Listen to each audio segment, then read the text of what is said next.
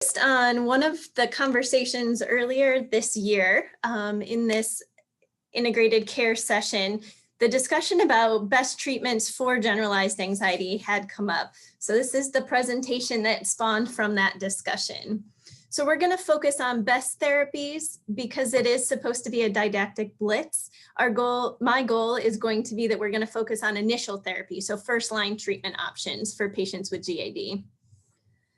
So objectives, we're going to list the recommended treatment options. So we'll look at a few different treatment guidelines and what they recommend for first line treatment, and then compare the evidence for a number of these treatment options. For the record, we are going to talk about a number of medications that are used off-label for the treatment of generalized anxiety disorder. So not everything's going to be on label in today's discussion. To start off with, just to ensure we're all on the same page, so generalized anxiety disorder. So generalized anxiety disorder has been recognized. It's estimated between about 5 and 9% of the patient population over their lifetime. Although there were a couple more recent articles that I was looking through that suggest that patients may be suffering from different forms of generalized anxiety disorder with a prevalence up to 20%, so 1 in 5.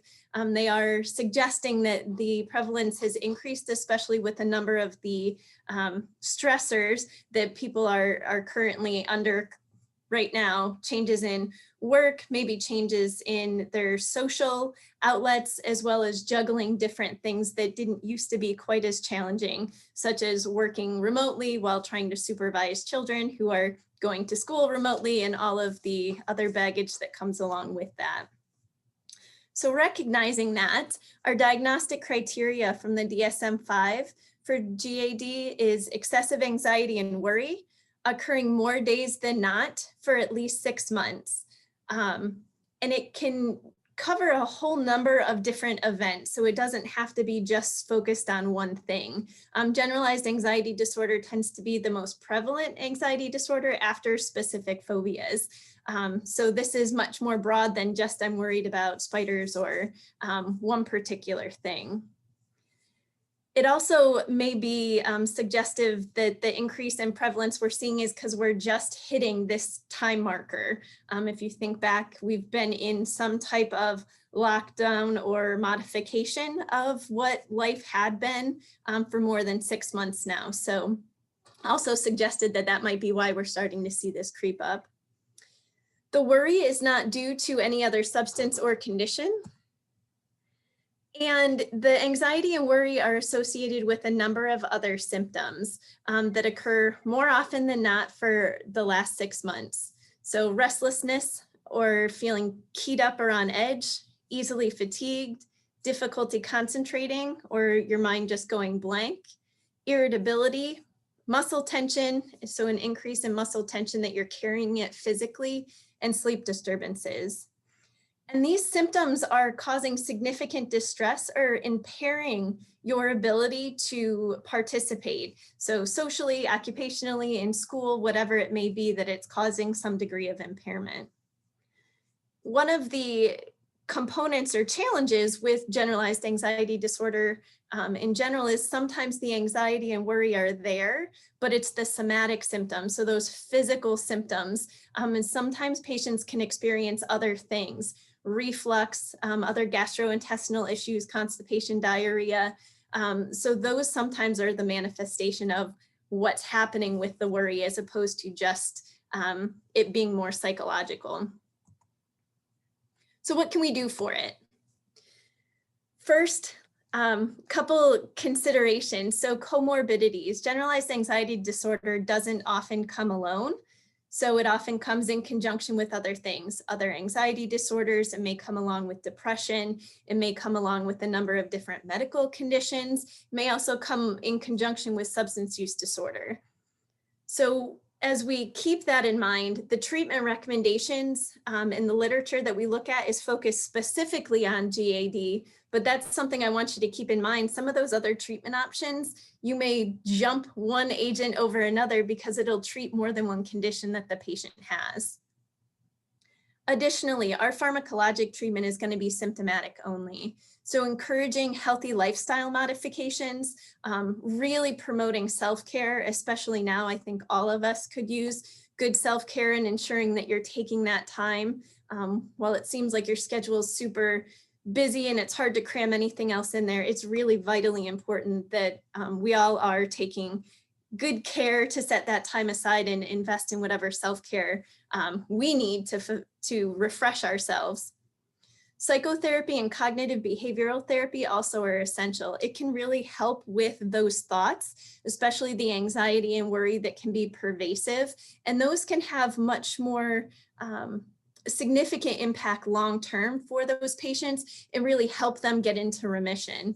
It's suggested that less than 50% of patients with GAD are able to achieve and maintain remission past 5 years. And some of the indicators are that those that have psychotherapy, that are performing good self-care and have undergone some cognitive behavioral therapy training are those that are able to achieve and then maintain the remission.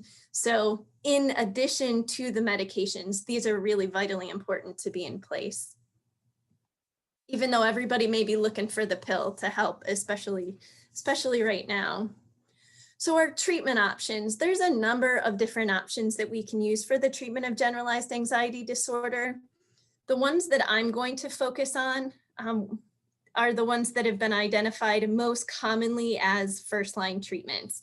So our antidepressant medications, mainly the SSRIs and the SNRIs. Vilazodone could be up there, mirtazopine's been used, bupropion been used, but most of our evidence is really with our serotonergic agents, so we're going to focus on those. Buspirone, this is its one place, and even though it's not promoted as first line, I did include a slide with evidence a little bit later because I want you to think about it. And then for our non-benzodiazepine GABA agent, so Pregabalin being one of them. Gabapentin has a couple case reports for treatment of generalized anxiety, but because the evidence isn't as robust, for sake of time, we're just going to focus on Pregabalin. For our second generation antipsychotics, I could do a whole lecture, hour long, on just second, and I do that for the residents, our psychiatry residents in their program. They're really used more as adjunctive treatment or in patients that haven't responded to other therapies. So we're going to reserve that for today. So our first line options, here are a number of different guidelines, recognizing most of them are a little bit dated. Canadian guidelines, the British guidelines, a couple of the British guidelines, and then the Psychopharmacology Algorithm Project. And as you can see, there are some consistency in what's recommended first line. Those antidepressants, SSRIs in particular. Not all of the SSRIs have demonstrated consistently efficacy for GAD. So the ones that are called out most consistently are escitalopram, paroxetine, and sertraline. We have our SNRIs, duloxetine and venlafaxine, and then our pregabalin pops up a couple times throughout these. Benzodiazepines were on the last slide, as were the hypnotics. For the hypnotics, if a patient is having difficulty sleeping, or if they're feeling really keyed up and they need something PRN, that would be a short-term treatment that could be beneficial, but really looking at treating those psychic symptoms, the psychological symptoms of GAD, those haven't really panned out to be beneficial long-term. So really the antidepressants are preferred. The benzodiazepines have been used both short-term and long-term. They demonstrate efficacy early on. However, long-term efficacy is really questionable and the risk of potential misuse is pretty significant. There was a study done in over 300 patients that had generalized anxiety disorder. A quarter of them started off with a benzo as kind of a PRN, just an as-needed medication, and they were followed for over a year. Those numbers flip-flops till about 3/4 of the patients, 75% of them were consistently taking the benzodiazepine and they were no longer taking their maintenance treatment. And when they looked at the breakdown of the patients as far as their healthcare utilization, those patients were utilizing a lot more healthcare services than the patients that had remained on their maintenance medication. medical services as well as mental health services to the tune of over $1,000 a year. So it's really not recommended that the benzodiazepines be used long-term solely as a treatment for generalized anxiety disorder. So let's tackle our first line. So the big class that we should be starting with for the generalized anxiety disorder are our antidepressants. So we have a handful that do have formal approval, and then we have some that are not FDA approved. Of those, the Sertraline is the main one that I'm going to focus on. There's not quite as much evidence with citalopram. Most of it was with escitalopram. And fluoxetine has a little bit of literature, but not quite as much. So I tried to do a lot of comparative trials. So this was one of our longer trials, so a 24-week trial in adults with generalized anxiety disorder. They were allowed to flexibly dose some of the SSRIs. So there were about 60 patients in each of these. And what they found was over the 24 weeks, both groups had a reduction in their Hamilton A, so the Hamilton Anxiety Rating Scale. They both had about the same reduction in their baseline HAM-A scores. So in the case of the escitalopram, you see it decreased by 15. For the paroxetine group, it decreased by 13. So in both cases, it took patients from moderate symptoms down to mild symptoms or potentially getting into remission at that 24-week mark. So equally effective, but there was a significant number of adverse effects. So paroxetine patients reported more adverse effects than escitalopram, but almost 80 to 90% of the patients that were treated did report some adverse effects. Most of these were nausea and diarrhea. What about sertraline, our other SSRI for first line? So this was a placebo-controlled trial, only 12 weeks, so shorter than the other one, but a larger number of patients, so 3 times the number of patients in the first trial. This one also used the Hamilton Anxiety Rating Scale, but it looked at the overall change from baseline to endpoint. And what we see is similar numbers. So again, decreasing from baseline by about 13, 14 points. And in this case, it would take a patient into the mild anxiety range, not quite to remission, but getting pretty close. When they looked at response, so being that greater than 20% reduction in the Hamilton A rating scale, the sertraline group had more than half of the patients. So 55% of those patients did have a response. So even if the change wasn't big, there was enough of a response where it would be clinically significant and the patient would see a difference. I'm not sure why those percentage bars ended up so little. That happened as I was formatting it and I wasn't able to change it. So sorry about that. But it's a little over half had response in sertraline, and then a little less than a third, so 32% in the placebo group. So recognizing that there can be a really robust placebo response for some of these patients. So for SSRIs, we're seeing kind of consistent response in treatment. What about our SNRIs? So for both venlafaxine and duloxetine, there were meta-analysis done on the trials for GAD. So this meta-analysis included 14 different trials of adults with GAD. Their main outcomes, they were looking at response and remission. And they found that overall, the venlafaxine had greater response and greater remission than placebo, which shouldn't be a surprise. It did get FDA approval. The mean changes that they had in a number of their trials. So if you see, this is taken right from the article, the mean change is that the second column, but the first column of numbers.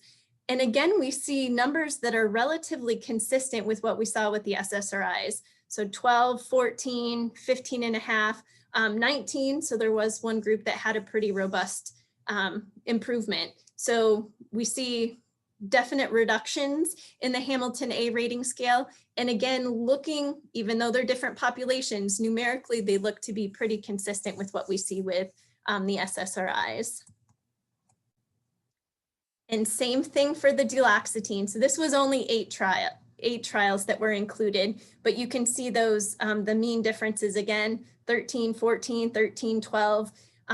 So as they looked at this, there was a lot more diversity in the results for the duloxetine. So when they pooled all of the data, it didn't show that it was significantly better than placebo, but in most of the trials, when they took the ones that didn't have as much variability, there was a significant improvement for patients with duloxetine. So this makes it look like maybe not so much, but we still were seeing the same amount of reduction in the duloxetine, but the placebo group was also reducing by almost the same amount. So they just must have had a group that responded really positively to placebo. So I'm not encouraging the use of placebo for generalized anxiety disorder, but there can be improvement seen in that group. So what about SSRIs versus SNRIs? So this is escitalopram and venlafaxine. So this was an 8-week trial, over 100 patients in each group. And they reported the efficacy by categorizing patients as non-responders. So they had less than a 50% change in the Hamilton rating scale. Response, so more than a 50% change in the Hamilton rating scale. And remission, so a total score on the HAM-A of less than 7. They did not, as you can see, so the blue bars are escitalopram and those pink bars are venlafaxine. There was no difference between the two groups in any of those categories. So about a quarter of the patients didn't quite have a 50% improvement. Just under 30% did have a 50% improvement. And then just under half were able to get to remission. So pretty consistent numbers across the board. From a tolerability standpoint, they both were equally well tolerated. The venlafaxine group had more reports of dry mouth and headache. The escitalopram group had more reports of dizziness and nausea, but neither dropped out more than the other group, so equally well tolerated, although more than 50% of patients reported adverse effects.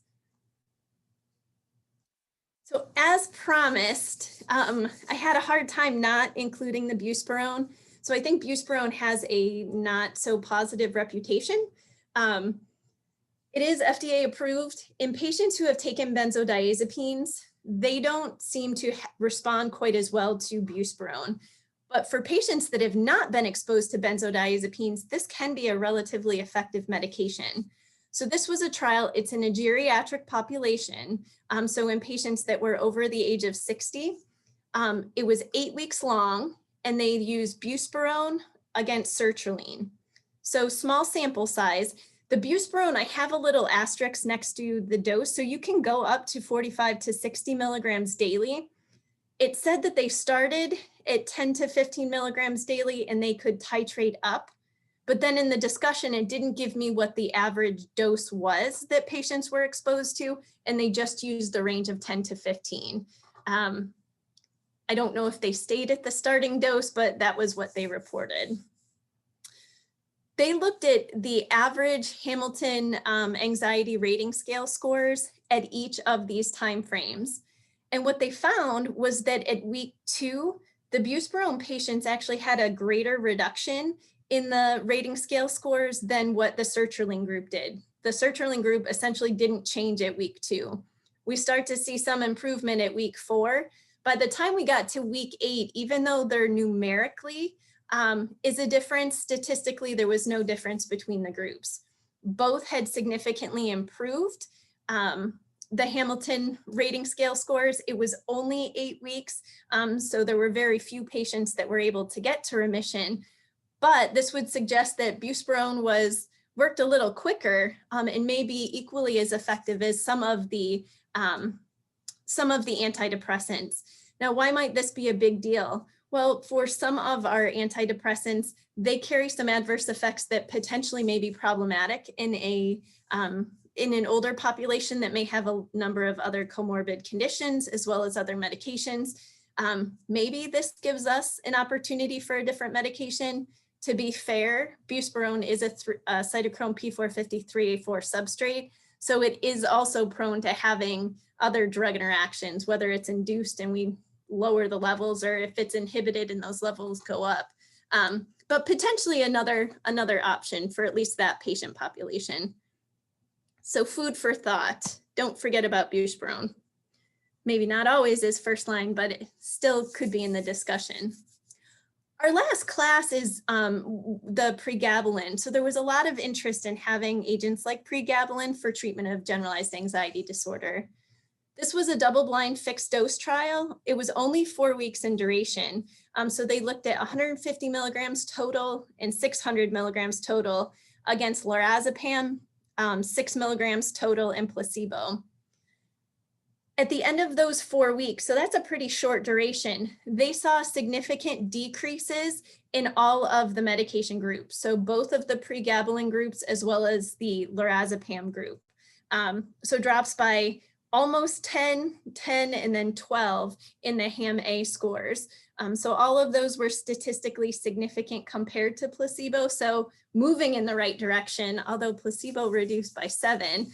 So even those patients were moving in the right direction, but suggesting that it is effective for the treatment of generalized anxiety disorder. They did not do a comparison between Pregabalin and the lorazepam group. It was just used as an active control in case the placebo response was too high. So how does Pregabalin compare to other treatments? Well, this was also a 4-week trial against Sertraline. So the average Sertraline dose was 150. The average Pregabalin dose was 225. So maybe a little bit on the lower end. And as you can see, so they did the Hamilton A at baseline, week 1, 2, 3, and 4. The Pregabalin group, similar to what we saw with the Buspirone group, we see a much greater decrease at week 1, but then the Sertraline seems to have greater effect a little bit later on, where by week 4, there was no difference between the two groups. So both had improved from baseline, but there was no difference between the two groups. So for generalized anxiety disorder, we do need to be encouraging that non-pharmacologic treatment, especially to help with long-term outcomes. But on the first line treatment side, all of those treatments are effective to manage symptoms. It appears that, especially with the antidepressants, the effect sizes that we're seeing are pretty consistent. The Pregabalin effect sizes look to be maybe a little bit smaller, but it looks like they work a little bit faster than what we see with our antidepressants. Buspirone may also still be in the discussion, especially if patients haven't been exposed to the benzodiazepines, but tolerability really is one of the drivers of this, as more than half of the patients in each of these trials did report adverse effects. So it may be more based on what a patient's willing to tolerate or able to tolerate, as opposed to one really wins out on the efficacy side.